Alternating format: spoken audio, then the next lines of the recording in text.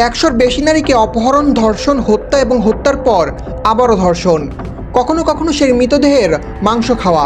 বলছি ইতিহাসের অন্যতম ভয়ঙ্কর সিরিয়াল কিলার থিওডর রবার্ট কোয়েল ওরফে টেড বান্ডির কথা। I'm embarrassed that I should be getting this publicity from it. Really embarrassed. এই ভিডিওতে জানাবো কিভাবে বান্ডি অভিনব কায়দায় তরুণীদের নিজের ফাঁদে ফেলে হত্যা করতেন এবং কেন মেধাবী সুদর্শন এই যুবক ইতিহাসের কুখ্যাত সাইকোপ্যাথ সিরিয়াল কিলার হয়ে উঠলেন। গা শিউরে ওঠা সেই কারণটা তিনি বলে গিয়েছিলেন মৃত্যুর আগের দিন কারাগারে দেওয়া একটি ইন্টারভিউতে। চলুন তাহলে শুরু করি আজকের অনুসন্ধান ডকুমেন্টারি।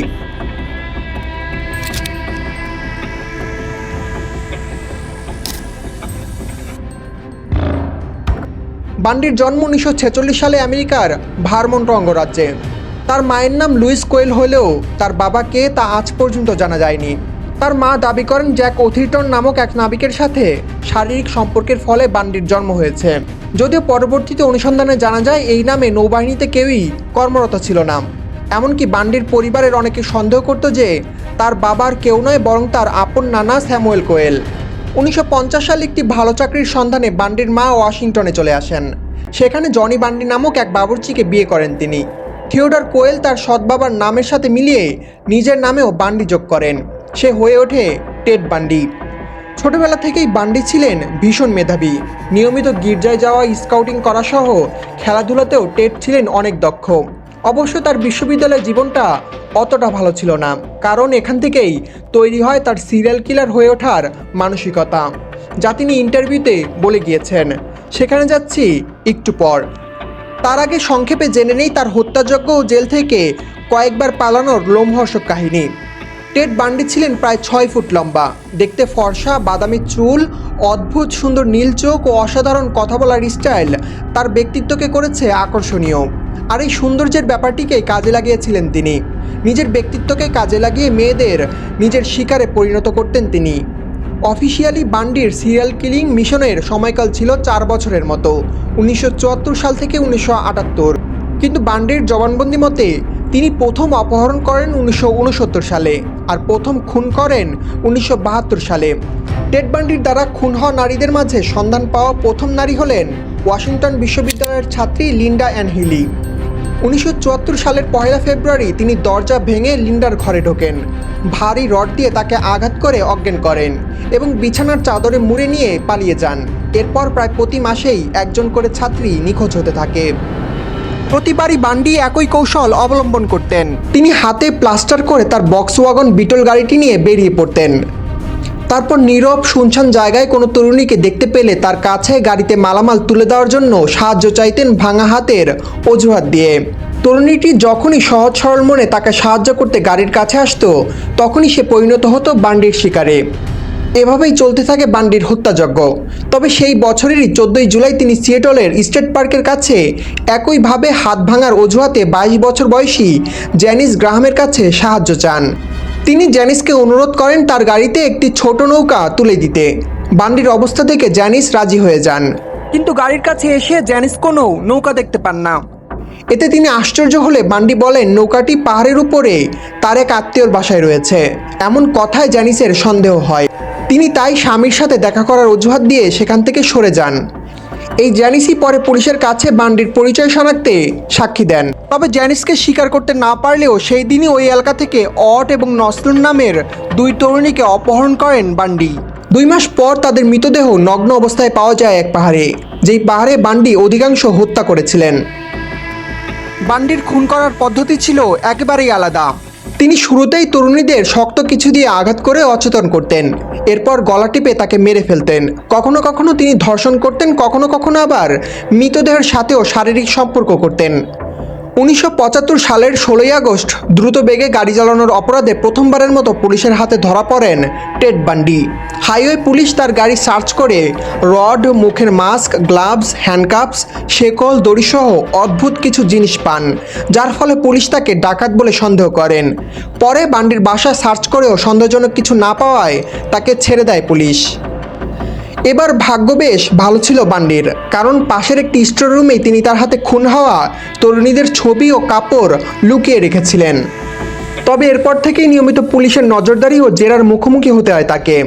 কারণ খুন হওয়া এলাকার আশেপাশের মানুষদের জিজ্ঞাসাবাদ করে খুনির যে বর্ণনা পাওয়া যেত তা অনেকটাই বান্ডির সাথে মিলে যেত। অবশেষে কয়েকটি হত্যাকাণ্ড প্রমাণিত হওয়ায় 1976 সালের 30 জুন তাকে 15 বছরের কারাদণ্ড দেওয়া হয়। কিন্তু কাহিনী এখনও শেষ নয়।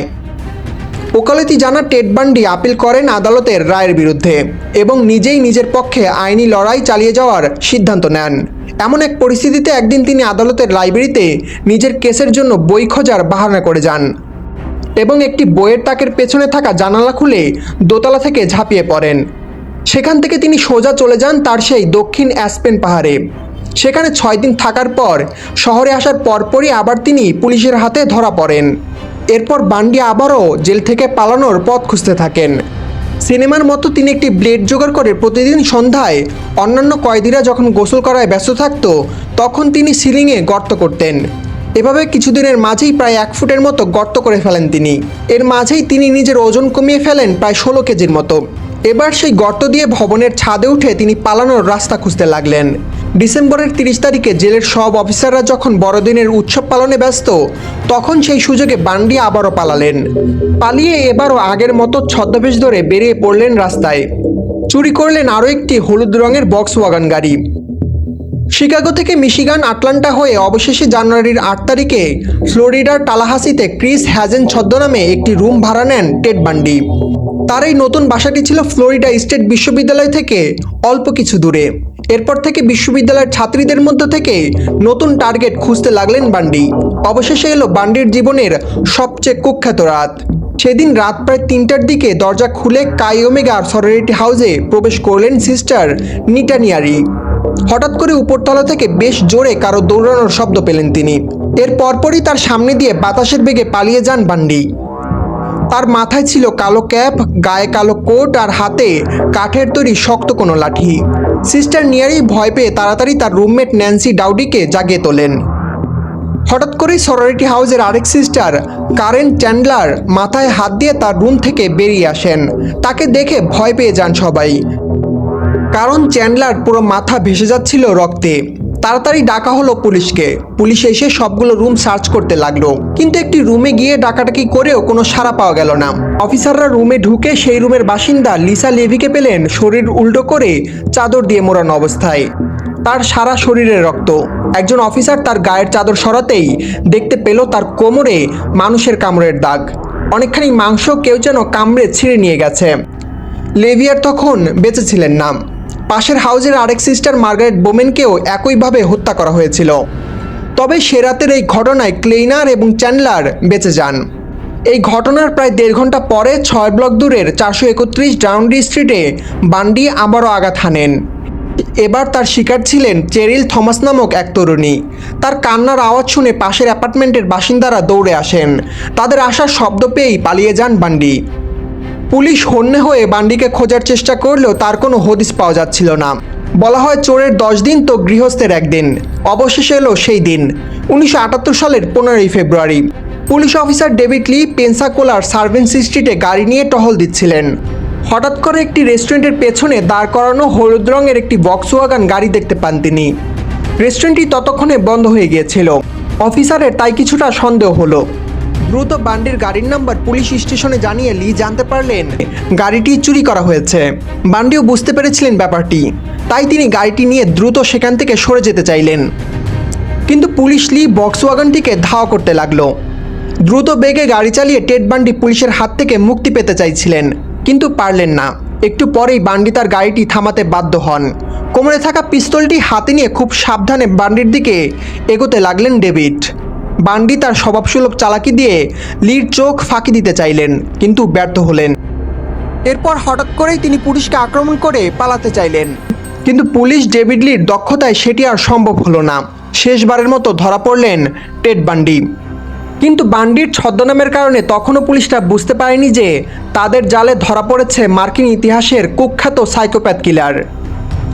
মৃত্যুর ঠিক একদিন আগে 1989 সালের 23 জানুয়ারি ফ্লোরিডা অঙ্গরাজ্যের কারাগারে টেড বান্ডি একটি ইন্টারভিউ দেন, যেখানে তিনি খোলসা করে বলেন কেন তিনি তরুণীদের প্রতি এতটা ভয়ঙ্কর হয়ে উঠেছিলেন। The most damaging kinds of pornography, and again, I'm talking from personal experience, hard, real personal experience. The most damaging kinds of pornography are those that involve violence and sexual violence.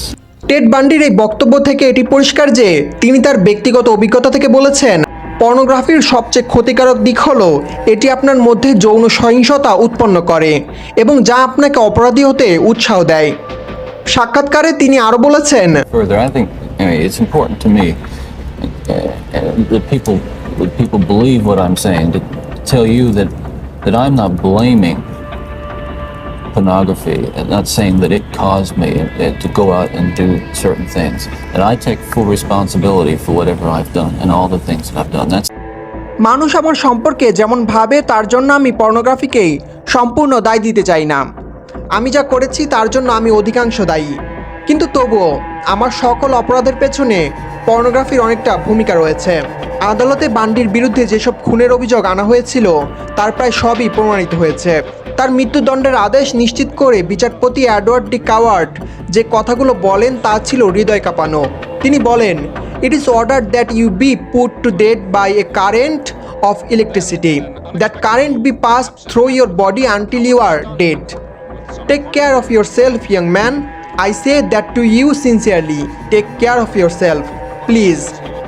It is an utter tragedy for this court to see such a total waste of humanity as I have experienced in this courtroom. You are a bright young man. You would have made a good lawyer, and I would have loved to have you practice in front of me. But you went another way, partner. Take care of yourself. I don't feel any animosity toward you. I want you to know that once again. Take care of yourself. মৃত্যুদণ্ডের রায় দেওয়া বিচারকের এই বক্তব্যই প্রমাণ করে যে Ted বান্ডির কতটা মেধাবী ছিলেন। বান্ডির সাথে কাজ করা অনেক সহকর্মী মনে করতেন বান্ডির আমেরিকার সিনেটর হওয়ার যোগ্যতা ছিল। কেউ কেউ তো বিশ্বাসই করতে পারত না যে তার মতো একজন সুপুরুষের পক্ষে এসব করা সম্ভব। অবশেষে 1989 সালের 24 জানুয়ারি সকাল 7:06 তার মৃত্যুদণ্ড কার্যকর করা হয়। তার শেষ কথাটি ছিল, "I'd like to give my love to my family and friends." Ted Bundy পৃথিবী থেকে চিরতরে চলে গেলেও এখনও কিছু প্রশ্ন রয়ে গেছে। কে টেড বান্ডির এই অবস্থার জন্য দায়ী? কোন ঘটনা এমন হাসি খুশি মেধাবী তরুণকে এক নৃশংস খুনিতে পরিণত করল? তবে এর পেছনে যে ভয়ঙ্কর পর্নোগ্রাফির ভূমিকা ছিল তা অনেকটাই স্পষ্ট। And without exception, every one of them was deeply involved in pornography, without question, without exception, deeply influenced and consumed by an addiction to pornography. এমন বান্ডি হয়তো আমাদের আশেপাশেও অনেক ছড়িয়ে আছে, তাই তো বছরে কয়েক শত ধর্ষণের খবর দেখতে পাই আমরা।